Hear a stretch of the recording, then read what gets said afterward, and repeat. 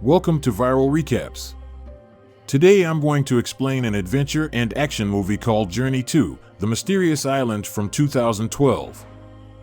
Spoilers incoming. Let's get right into it. The movie opens with a boy named Sean trying to escape from the police. They're chasing him because he broke into a satellite facility. While trying to lose the cops, he ends up flying into a pool with his motorcycle. The policemen detain him and call his stepfather, who's an ex-Navy SEAL. The Rock, known as Hank in this movie, comes to get him out of trouble. Sean faces no consequences for his actions until Hank takes him back home, where his mom, Liz, demands an explanation. However, Sean gives no answers and goes to his room. He then pulls a paper on which he's written on and says he's close to solving the mystery. On the next day, Hank approaches Sean's room and asks him they have a conversation.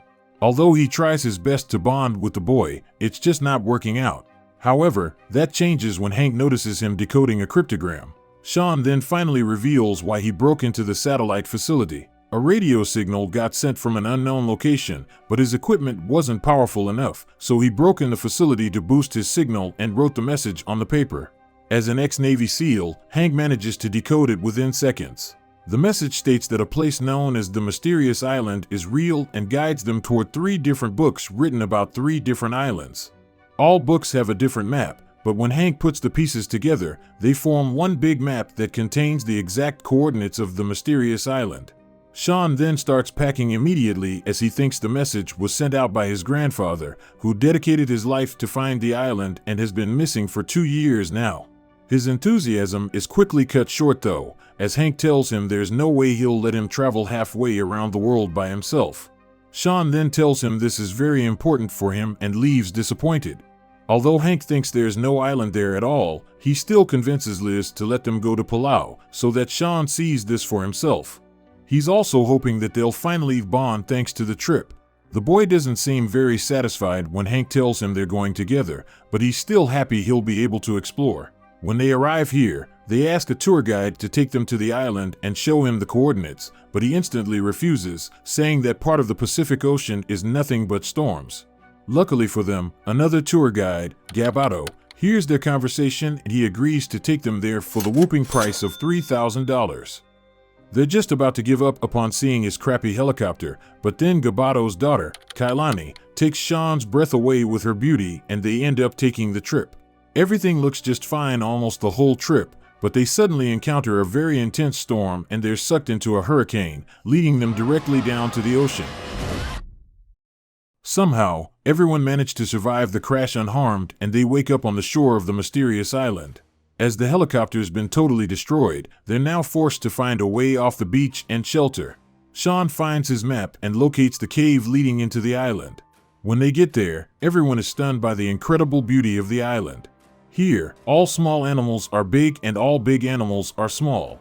Once they're done admiring how wonderful is everything, Sean spots a smoke coming from a few miles away. He knows it's probably from his grandfather's shelter and they head over to find it. While at it, it turns out they're walking on giant eggs as they think of them as rocks. They discover the mother is a giant lizard. At that moment, one of the eggs breaks and Gabato falls inside of it. All the noise from him screaming causes the mother to wake up and starts to chase them. They try to run away, but the lizard traps them in the end. Just when all hope seems lost, Sean's grandfather, Alexander, comes to the rescue. He manages to knock it out and then meets with everyone. He doesn't seem to get along with Hank very well, but that's understandable considering the fact he's the new husband of his son's wife. After getting to know each other a bit, Alexander then takes them to his shelter. He built it by using the remains of the boat that took him to the island. They ask him how they can get out of there and he leaves them disappointed with the answer. Turns out they have to wait for 2 weeks until the satellite is in the right position so that they can contact someone for help. Alexander then tells them they better get some sleep because tomorrow he's about to show them something that'll take their breath away. In the morning, he fulfills his promise as he takes them to the lost city of Atlantis. Everyone's shocked to discover that's not a myth and they're stunned by its beauty. The city has a 140-year cycle and it spends half of that time above the water. According to Alexander, it won't sink for the next 14 years. That's not the case though, as Hank notices there's salt water entering from the subsoil below. According to him, they have 2 days before the whole island goes back underwater. Now they start to brainstorm a way to get out of there as fast as possible, and Sean comes up with an idea. He talks about a submarine named the Nautilus. It was built back in the 1870s by Captain Nemo. Alexander says the location of the submarine should be written in Captain Nemo's journal, so they head over to the ancient tomb where he was buried. The entrance hole is too small for anyone to fit in, except for Kailani. She enters there and finds Captain Nemo's remains holding the journal. She almost gets bitten by a gigantic centipede in the process. Once she takes the journal out of his hands, the tomb starts to fall apart, but she manages to exit safely. The journal says that the submarine is hidden under Poseidon's cliffs in a cave. This location is all the way across to the other side of the island. Fortunately, Alexander knows a quicker way to get there, and they'll manage to reach it just on time. As they continue their journey to find the submarine, they come across a volcano that's erupting pure gold. They're tempted to reverse their path and get some of it, but after a brief discussion and some arguing, they come to the conclusion they don't have enough time and they have to stay on track if they want to get out of there alive. In the following scene, they're already close to the location, but they face yet another challenge. A huge mountain's on their way, and it's impossible to climb up to the top. Alexander then comes up with a crazy idea as he gets on top of a huge bee. They turn out to be friendly if you don't look them in the eyes. Sean gets on a bee with Kailani, and Hank's left to ride with Gabato. That's what I call poor weight distribution. Anyways, they manage to fly over the mountain. Unfortunately, while bees are big there, birds are even bigger, and they encounter 3 of them hunting for food. Hank and Alexander manage to escape the birds, but Sean is struggling. Things get even worse as Kailani falls and nearly dies. Luckily for her, Sean manages to save her just before she hits the ground.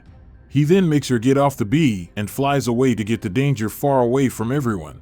Sean manages to trick the bird to fly into a spider's web, but he falls in the process and dislocates his ankle pretty bad. They decide to settle for the night as he's unable to continue walking. Once they found a safe spot for camping, Alexander pops Sean's ankle back into place. When they wake up in the morning, they're surrounded by much more water. Now, instead of one day, they only got a few hours before the island completely sinks to the bottom of the ocean. They also notice Gabato's missing.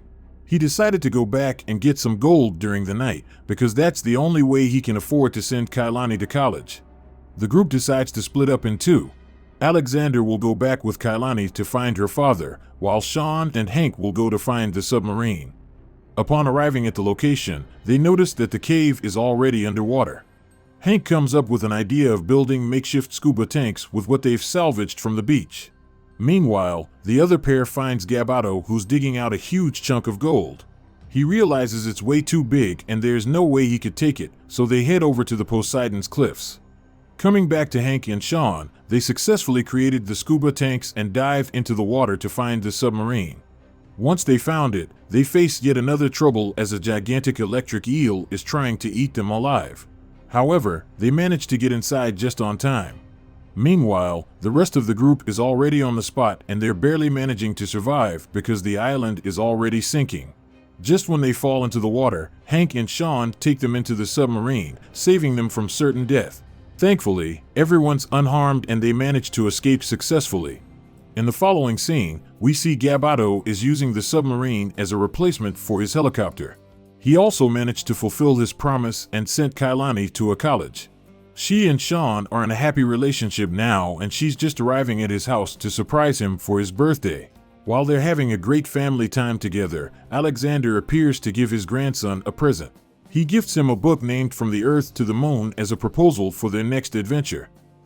Hey, if you enjoyed this recap, please consider subscribing and leaving a like as it helps the channel a lot. Thanks for watching and take care.